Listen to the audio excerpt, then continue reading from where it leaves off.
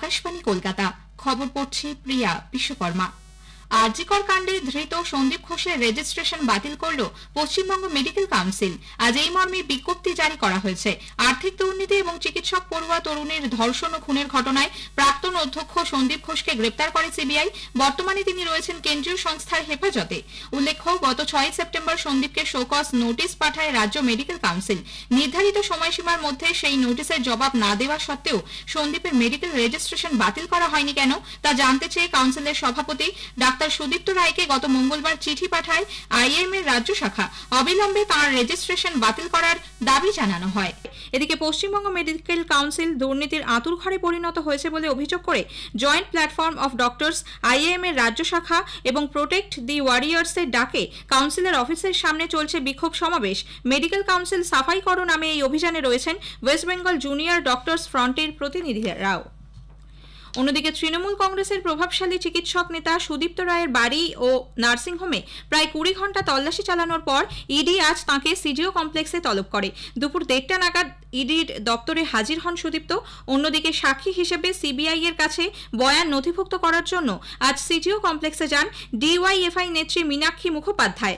নিহত চিকিৎসক পড়ুয়ার দেহের ময়না তদন্তের পর তড়িঘড়ি পুলিশ দেহ বের করে নিয়ে যাবার সময় শববাহী গাড়ি আটকানোর চেষ্টা করেছিলেন তিনি ও বাম যুবকর্মীরা।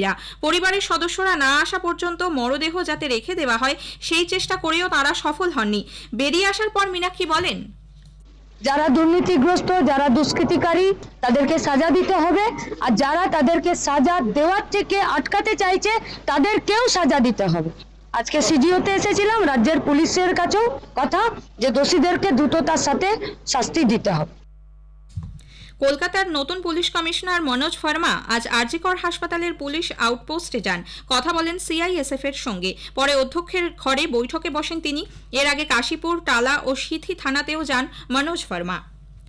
রাজ্যের প্লাবিত এলাকাগুলি সরেজমিনে দেখতে গিয়ে আজও ডিভিসিকেই এই বন্যা পরিস্থিতির জন্য দায়ী করেছেন মুখ্যমন্ত্রী মমতা ব্যানার্জি। পুরসুরা ও ঘাটালের পর আজ পাঁশকুড়া ও উদয়নারায়ণপুরে প্লাবন পরিস্থিতি ঘুরে দেখেন তিনি। ডিভিসি কর্তৃপক্ষের বিরুদ্ধে তীব্র উষ্মা প্রকাশ করে তিনি বলেন, যে পরিমাণ জল এবার জলাধারগুলি থেকে ছাড়া হয়েছে তা আগে কখনো হয়নি। এর প্রতিবাদে ডিভিসির সঙ্গে সম্পর্ক ছিন্ন করার এবং ঝাড়খণ্ডের সঙ্গে রাজ্যের সীমানা 3 দিন বন্ধ রাখার কথাও ঘোষণা করেন তিনি। ডিভিসির জল ধারণ ক্ষমতা এখন মাত্র 36% এসছে। কেন কেন্দ্রীয় সরকার ডিভিসি ড্রেজিং করবে না, ডিসিলটেশন করবে না? ডিভিসির জলে কেন বাংলা ডুববে আমি জানতে চাই। আমরা কৈফিয়ত চাই। ফরাক্কায় ড্রেজিং করে না, বাংলা ডোবে, বিহার ডোবে। আর ডিভিসি ড্রেজিং করে না, বাংলা ডোবে। বাংলায় জল ছেড়ে দিয়ে ঝাড়খণ্ডকে সেফ রাখে। এটা তো ঠিক নয়। বন্যা পরিস্থিতির জেরে জলবাহিত রোগের প্রকোপ এবং সাপের উপদ্রব বাড়তে পারে সে কথা মাথায় রেখে জুনিয়র চিকিৎসকদের আবারও দ্রুত কাজে ফেরার আহ্বান জানান মুখ্যমন্ত্রী। 3 দিনের সফরে 21শে সেপ্টেম্বর আমেরিকা যাচ্ছেন প্রধানমন্ত্রী নরেন্দ্র মোদী। আজ নতুন দিল্লিতে বিদেশ সচিব বিক্রম মিস্ত্রি সাংবাদিকদের জানান, দ্বিপাক্ষিক ও বহুপাক্ষিক বহু বিষয় থাকছে তাঁর এই সফরে।